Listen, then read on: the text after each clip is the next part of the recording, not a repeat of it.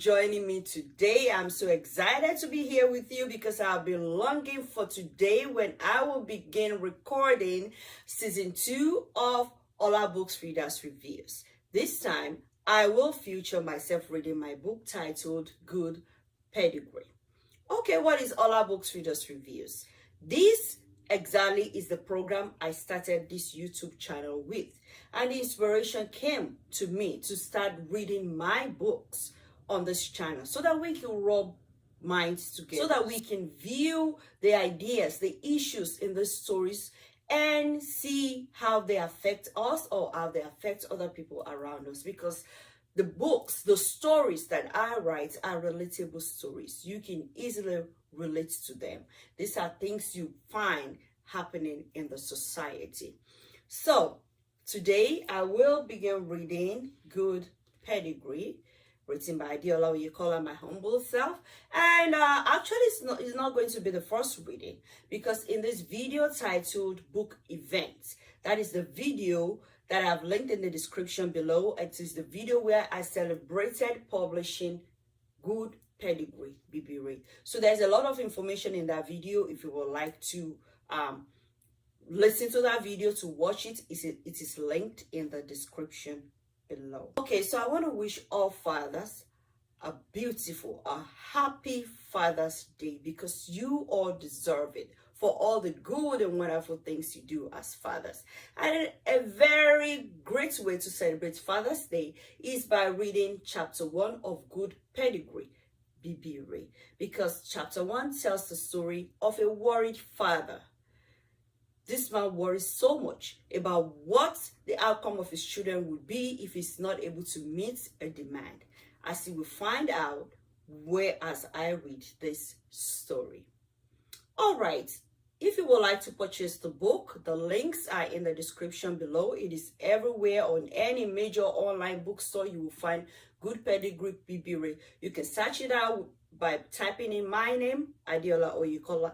It's going to bring out all of the 5 books that I've published, and you can pick one. Also, Good Pedigree is in 3 formats. It's in hardcover, is in paperback, and it is also in an ebook format.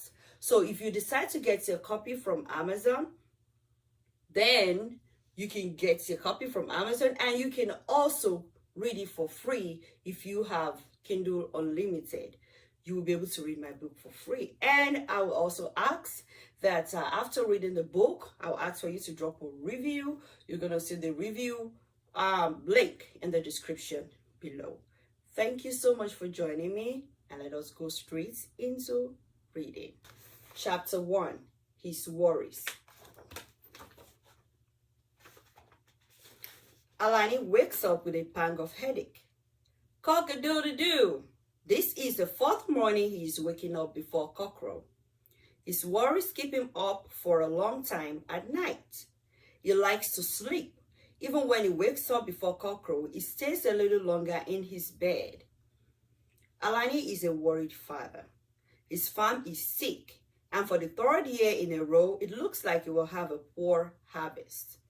If he cannot sell his yams, he cannot send his eldest son and daughter to university. His 2 wives will hate him, and he will become a laughing stock. He gets up and looks at the cock crowing behind his window. The cock seems to know he has an admirer as he takes a few confident strides, stops, and stretches out his neck to reveal its length and beautiful colors, and crows again. The action reveals its glossy red, golden brown, and black color. Its red comb stands out, revealing it as the king in its neighborhood. The cock's pride is a contrast to Alani's ignominy. Hopefully, the treatment he gave his farm will make a difference this year. Alani stays in the window a little longer, enjoying the morning breeze. It is that time of the year for him to harvest his yams. He would have done it the day before, but the fear of the unknown stopped him. 4 years before, his farm produced the best yams, and he made the best sales. He was the envy of the farmers in his village. But that was then. For the past 3 years, he has been a laughing stock. He cannot afford that this year. His son, Folarin, is going to college. This is a splendid achievement. He has promised to sponsor his education. His friends had laughed at him when he broke the news to them during their usual hangout night at 𝐥𝐤𝐤𝐿's joint. She sells the best palm wine in the village. They laughed at the ambition he cannot achieve. One of them compared his last yam harvest with a chewing stick. 𝐦𝐨𝐤𝐤𝐿. They all laughed. He walked home feeling sad. It is not a peaceful thing feeling like a failure. How could he have fallen from the high-ranking farmers to the low in such a brief time? What happened to the Alani Ninalowo? He has known 3 consecutive years of financial loss because of poor yam produce. His big customers from the city have paid less and less for his yams, and he would have been in deep debt if not for his maize and millet farms that have made great sales in the past years. Alani has put so much into his yam business that it is difficult for him to back out. He also has vast acres of land for yams and less for maize and millet. Alani is considering turning his yams plantation into one for maize and millet if the produce turns out sour again this year. His fears mount. His yams were his world. What would a man do if he has nothing to fend for his family? If the yams fail him again this year, it will put him in a bigger debt. He cannot explain this to his family, most especially Folarin and 𝐥𝐤𝐤𝐿. So, his sleepless nights continue. He may find a way of dodging going to the yam plantation today. He will not let Folarin go with him. That way, he can go straight to the millet farm. He trusts his wives to make large sales from the market.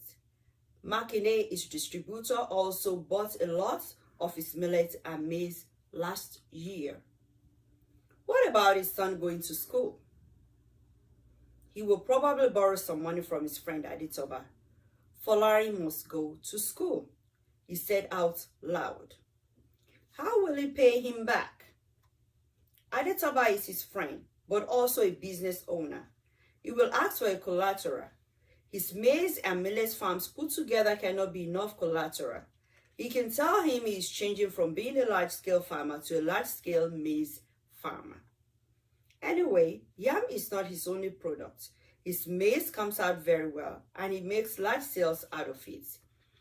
He still has some left from his last produce. He hopes to sell to 𝐷𝐷𝐷𝐷 when next he comes looking for produce for his store in town. 𝐷𝐷𝐷𝐷 should be able to help.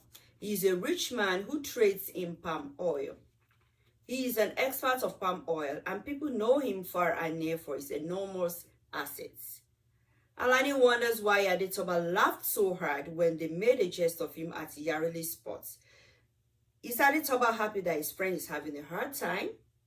Was he drunk when he was laughing? He should have stood up for his friend, but he joined them to laugh. Can he trust 𝐷𝐷𝐷𝐷? Is he a friend at all? What if he lets him down? Who else can he go to? Alani sighs and shakes his head. He decides to ask him. Alani has been there for him in times past. This is 𝐷𝐷𝐷𝐷's time to pay him back. But 𝐷𝐷𝐷𝐷's son is a failure.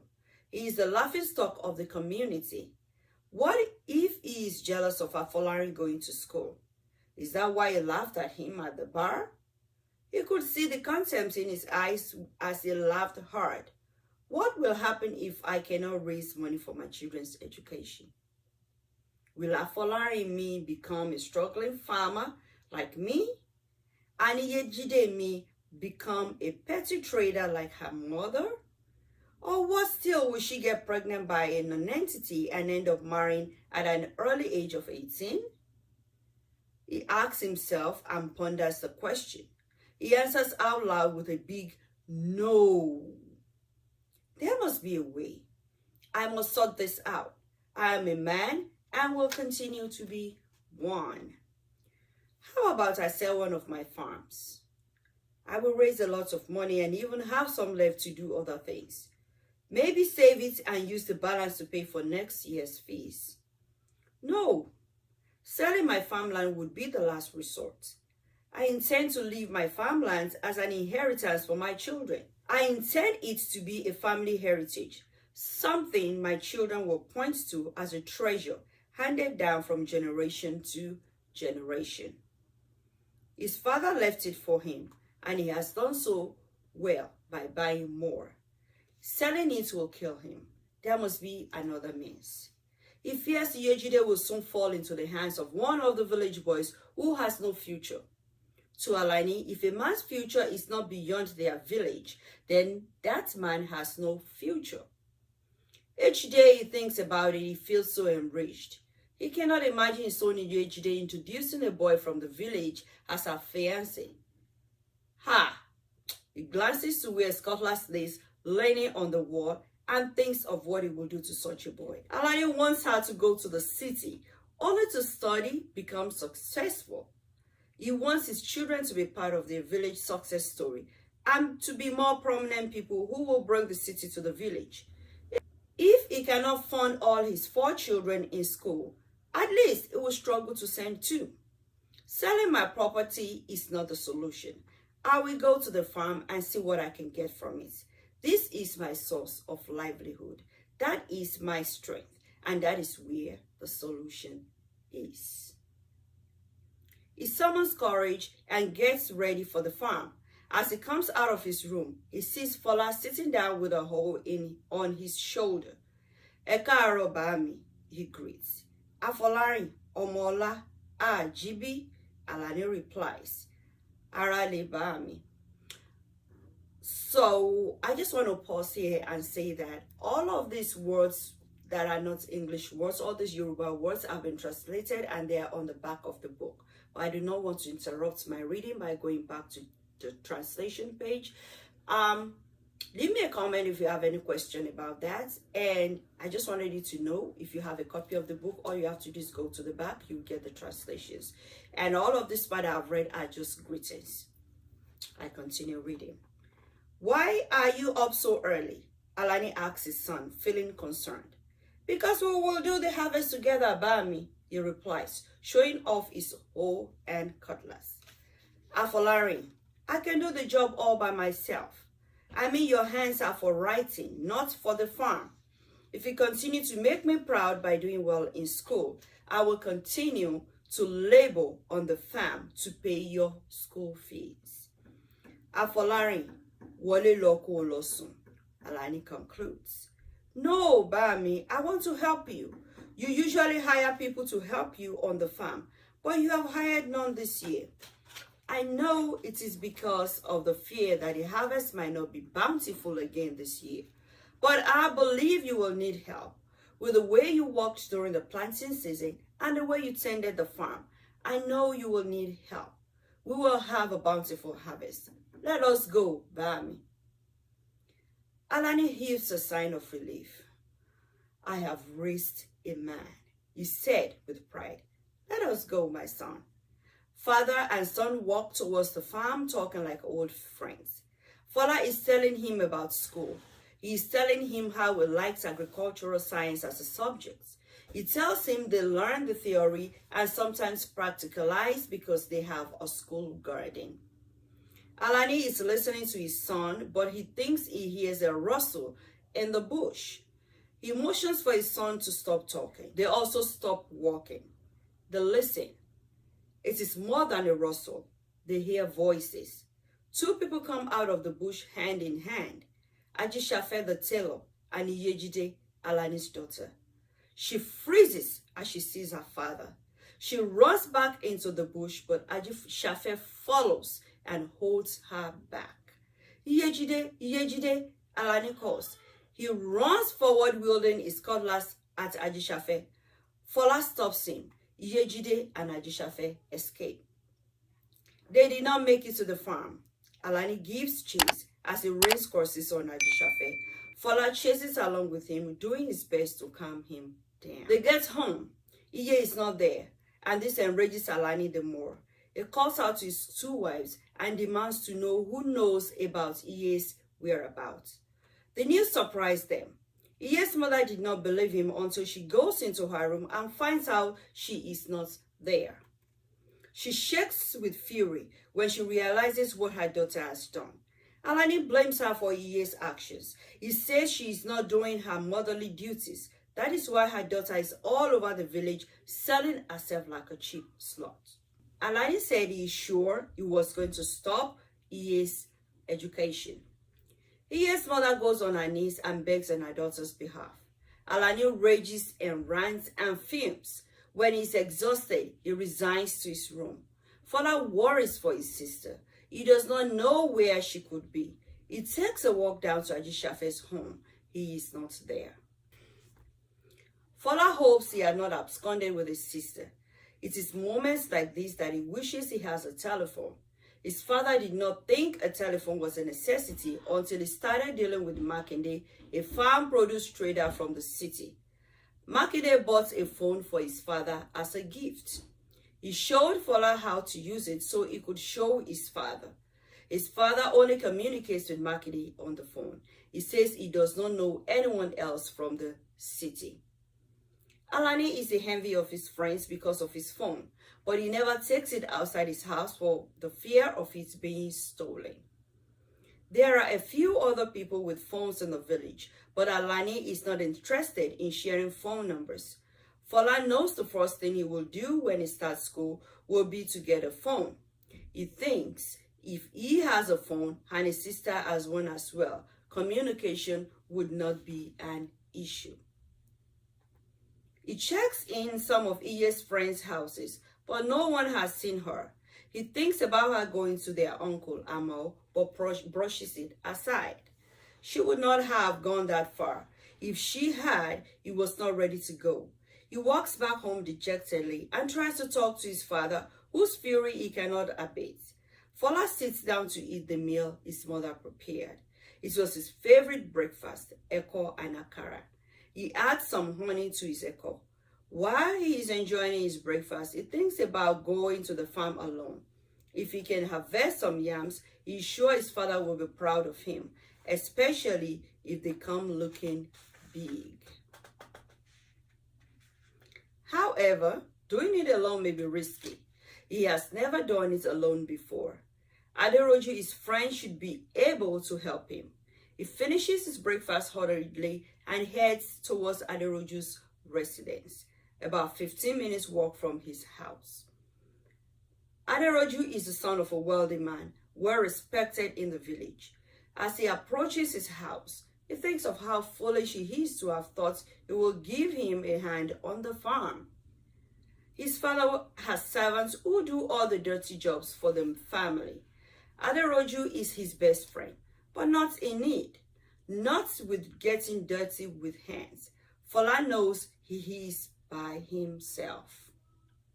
Fola worries about how so unfair life is. He must do extra work to go to school. 𝐦𝐤𝐤𝐞 does nothing but ask for money, and he gets it. He wonders about what 𝐦𝐤𝐤𝐞 does with his time. 𝐦𝐤𝐤𝐞 is probably on his phone calling his friends who live in the city.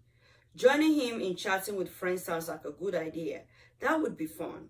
That would give him access to using a phone, or at least get him to talk to some of their would-be friends when they get to the university. He proceeds to the palace, but halts when he remembers going to the university depends on a good farm harvest. He takes an abrupt turn around and heads for the farm. Fola gets to the farm, looks at the vast land and countless heaps, and asks himself where to start from. He turns his attention back to the rising sun and whispers, "Time cannot be tied down with a rope." He walks over to the farm shed and hangs his sack on a nail hooked to the wall as he puts up his hoe and cutlass, and he works. Watching his father several times in the past as he harvested yams is as clear as the day to him. So he begins with his hoe as he gently scrapes off soil from the heap. Not to cut through the yam, he intensifies his efforts as he tries to wiggle a tuber out of the ground. He uses a stick to dig or support and uses a spade when necessary. It is a tedious job. He stops for a while and wipes sweat off his face. He is not giving up. Fola gets the first big tuber out successfully and he leaps for joy, sweating profusely. He straightens up and stretches to ease the nagging pain on his back. The work continues as he is ready to show his father that he is committed to his course. He is not ashamed of working on the farm. He will not just spend his father's hard-earned money, he will give him support. His harvest did not disappoint him. One after the other, he harvests healthy-looking yams. After harvesting 10 big tubers of yam, he is tired and ready to go home. Fola takes his buba off to reveal a sweaty torso. He sits in the shed and reaches for the water gallon and he gulps down water rapidly. He leans on the shed and heaves a sign of relief. Laughter escapes his mouth easily as he observes the work of his hand. He jumps up and takes a triple somersault to express himself. Once again, he wishes he has a phone. He wants to call his father to tell him the pleasant news, or at least take a picture and send it to him.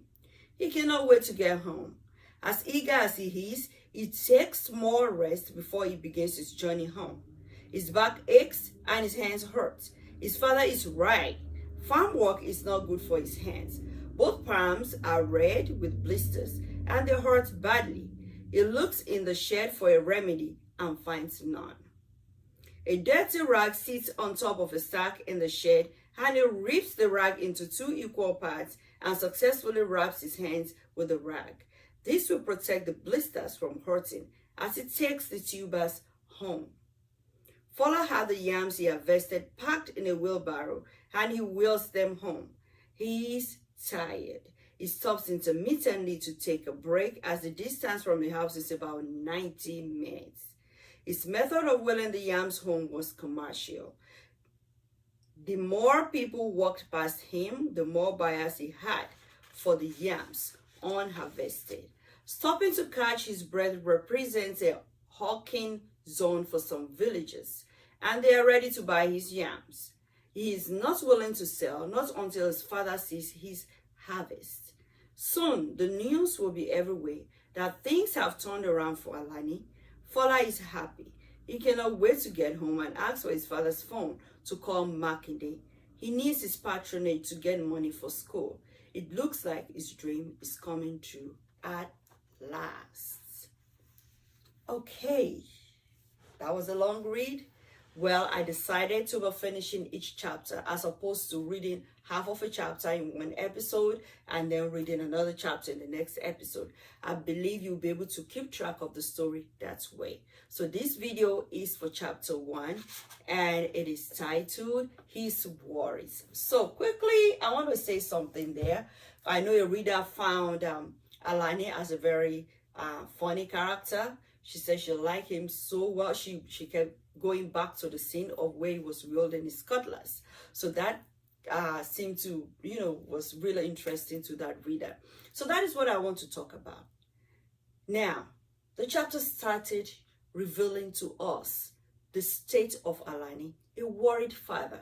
Now, unlike in other advanced countries where you can easily get a loan to go to school, many parents have to struggle to raise money to send their children to school. Education is not free, and attending the university is very, very expensive, as we all know, and there is no government right there in their country to help, maybe in terms of providing loan or subsidy or grants or anything to help anybody go to school. The person who wants to go to school have to fend for himself, or the parents will fend for them. Most times the parents fend for them. So this is a situation where Alani's household has found themselves. And Alani, living in the village where not too many people appreciate education, wanted his children to be educated so that they can have better life. He sees himself as a struggling farmer, and he sees farm work as hard work, and he wanted his children to go ahead and go to school, go to the university, learn more, and be able to come back home with good grades and good jobs, okay? So he was thinking of how to raise money to send 2 children to school. He worried so much he's been having sleepless nights. And eventually, one of these children he's worried about, he found in the bush alone with a boy. We are celebrating Father's Day. Now, put yourself in Alani's shoes as a father, or maybe as a mother, as a parent. You're struggling, you're thinking of ways to make ends meet, and you find your child, you're thinking to go to the university, hiding somewhere with a boy. This girl is not even 18 years old yet. How does that make you feel as a father? Finding your underaged daughter with a man in a secluded place. How does that make you feel? What would you do? How would you handle the situation? In the case of Alani, oh my goodness, he had his cutlass in his hand and he chased the man down. And he was like, you need to wait for me so I can put your head down from your neck. You know, well, that is kind of funny because I wish this book would be a movie one day. And I would like to see the people who will act that scene. I want to see who will act Alani and how it will run after this man with the cutlass in his hand, wielding it, and, you know, I want to see all of that. And I want to thank you all who have appreciated that part of the story. And I want to say it makes me laugh as well. Some of the things that I write, sometimes when I sit back and read it, I will laugh. It's just an inspiration. And like I said, these are things relatable.